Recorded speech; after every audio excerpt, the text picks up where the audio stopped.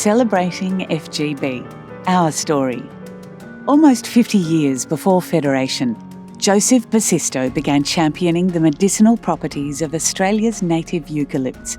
He opened his first still in Dandenong Creek, Victoria, to bottle this golden oil. His dogged curiosity and determination to understand the remarkable properties of eucalyptus oil heralded the beginning of Australia's natural products industry. Basisto first commercialised his work in 1852, and soon the unique natural product supplemented his income at his pharmacy and dispensary in Richmond, Melbourne. Basisto's eucalyptus oil became the only natural product in the colony recognised as a medicine, and soon became the first Australian-made export. The other two key figures in this story are Alfred Felton and Frederick Grimwade, whose successful pharmaceutical wholesale business gave Joseph the open door he needed to distribute his product. Together, the men created a legacy stretching further back than iconic brands like Arnott's, Qantas, Akubra and Vegemite. In 1902, Felton and Grimwade joined forces with South Australian pharmacy wholesaler Bickford's, the soon-to-be iconic cordial manufacturer. That's where the B in FGB first came from, only replaced by Basisto in 2007. When Alfred Felton died in 1904, he gifted Melbourne a significant legacy. Leaving half his estate to the National Gallery of Victoria, his bequest launched the gallery into the world-class institution it is today. Valued at over $2 billion, the Felton bequest remains the NGV's largest donation. A committed bachelor who took up residency in the Esplanade Hotel, his rooms at the St Kilda Icon have been preserved and honoured in his name. Frederick Grimwade died in 1910. Alongside his business legacy, his family home and grounds in Caulfield were gifted to Melbourne Grammar School. Grimwade House today remains the foundation stone of the school. In 1930, Felton, Grimwade and Co. and 6 other similar companies joined forces to create Drug Houses of Australia, one of the largest pharmaceutical wholesalers at the time. But due to a succession of missteps, DHA's prominence declined, and in 1968 it was taken over by a British investment house named Slater Walker. It did not go well, and in 1974 DHA's assets were broken up and sold off. Peter Abbott was employed by Slater Walker to oversee DHA's sell-off. Some small parcels were stubbornly resistant to sale, including Basisto's eucalyptus oil, and in that Peter saw opportunity. I thought I'd talk to the chairman of the company, and we sat down and he said, let's sign the heads of agreement, and 30 minutes later he signed and I signed, and we owned the company. There were only 3 of us. One was my son Colin, who was sending a whole lot of goods interstate. Don, who's a great friend of mine, he was the accountant, and I did the rest of the work. And I was going to play golf twice a week, so I didn't turn out to be a golfer anyway, so I kept working. From 1965, I mean, it was just a cottage industry. It was on its way out. But before that, they'd had 100 years of success popularising eucalyptus oil, and they've left us with that legacy. And I'm very pleased and proud to say that we've now returned to the good old days, if you like.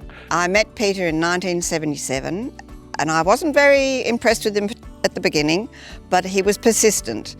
And I could see that he was persistent with this business and that he was looking for a challenge, and he could see the opportunities. I didn't know much about eucalyptus oil, but I did love it, the fact that it was a natural product, and I loved the smell. We probably had 3 people to start, and when we left Moorabbin, we were about 8, and we just wanted to grow the business slowly and without borrowing money, and then it went from there naturally. We just continued to grow, which was exciting. Well, in the early days, because our staff was so small, the values we had were just our family values, because it was a different era, And all we really wanted was for the business to continue to grow and to have happy staff. That was all we were looking for. Also in 1977, Peter launched Yuki Bear Rub. I had a few run-ins with Vicks as a company. Their big product was Vicks Vapor Rub. So I put together a product that I thought was pretty darn good. I thought of driving back from here one day. I was thinking, what sort of a name can we think of? And I thought, well, they always talk about Yuki up here. And then I thought, well, maybe Yuki Bear, it's not a bad name. Add rub on to the end of it, and that was Yuki Bear Rub, which over the years it's grown and grown and grown. We're not going to put Vicks out of business, but we've given them a good run for their money. In 1987, Peter sold Bickford's to help fund the development and release of Basisto's eucalyptus spray and prepare for the future. In 1992, Peter decided we needed more room, and we found a factory and we moved in there. It was enormous, and I joked that I would have to put on roller skates to get from one end of the one end of the factory up to the office section, and there was 12 of us then, but it grew from there on. In 2008, a new specialised dangerous goods compliant warehouse was built on Bunny Road, including a blending suite to increase capacity. Then, in 2016, the site was further modernised, with new offices added and a further warehouse expansion.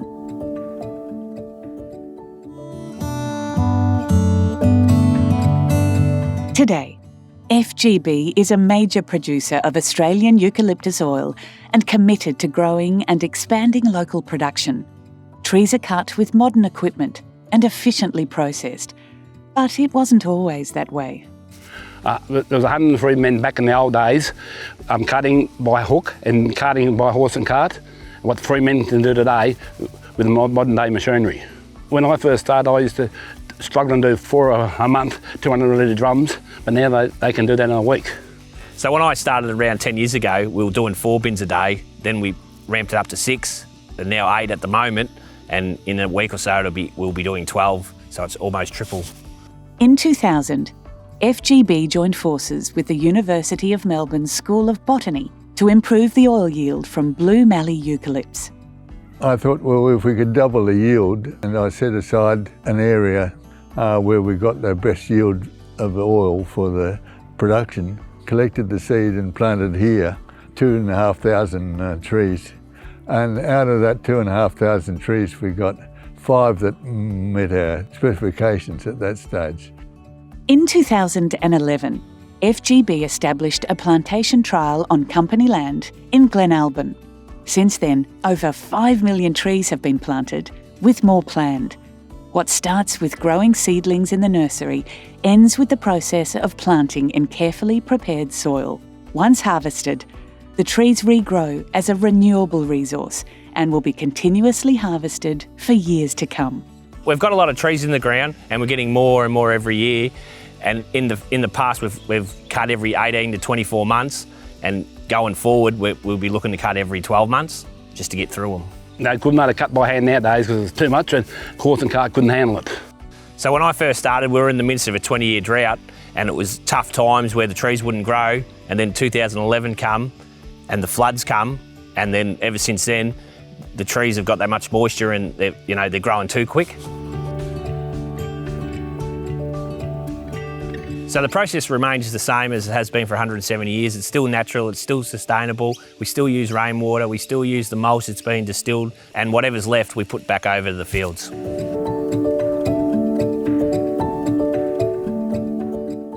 While the supply of eucalyptus oil is essential to FGB's long-term success, making safe, natural and effective products people love to use is the real key.